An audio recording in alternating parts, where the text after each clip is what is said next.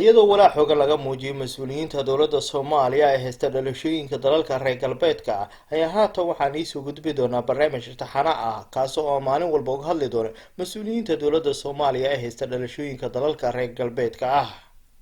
si aad barnaamijyadaas ugula socoto waxaan kaa codsanaynaa inaad subscribe saarto isla markaana gambaleelka furato si mar walba ay kugu soo dhacaan barnaamijyada halkan aan kusoo gudbino.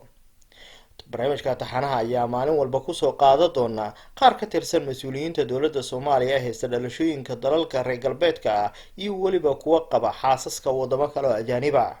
labada shakhsi oo maanta aan ku qaada dhigi doona ayaa kala ah wasiir Omar oo ah wasiirka gaadiidka cirka iyo dhulka iyo waliba wasiirka arrimaha dibadda ee dalka Soomaaliya.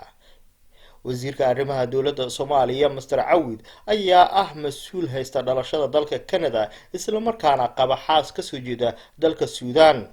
wasiir Cawid ayaa isku barteen magaalada Khartoum barisimaadkii xilli halkaas uu waxbarasho u tagay. sidoo kale wasiirka duulista hawada Mr. Omar ayaa dhalashada isla markaana haysta dhalashada dalka Canada kaas oo u qaxay barisimaadkii xilligii dowladda Soomaaliya. wasiir Omar ayaa qaba gabar ka soo jeeda dalka Nigeria isla markaana ay ka wada shaqeyn jireen UN-ka.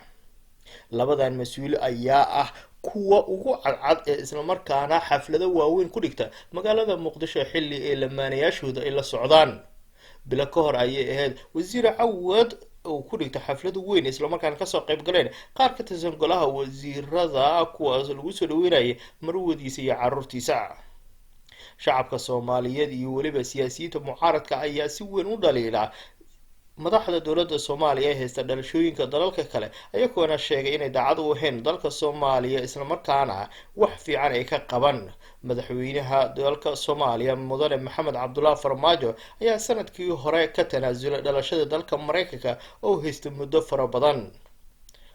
si aad ula socoto wararkeena iyo waliba barnaamijyada taxanaha ah subscribe ka saar mahadsanidin.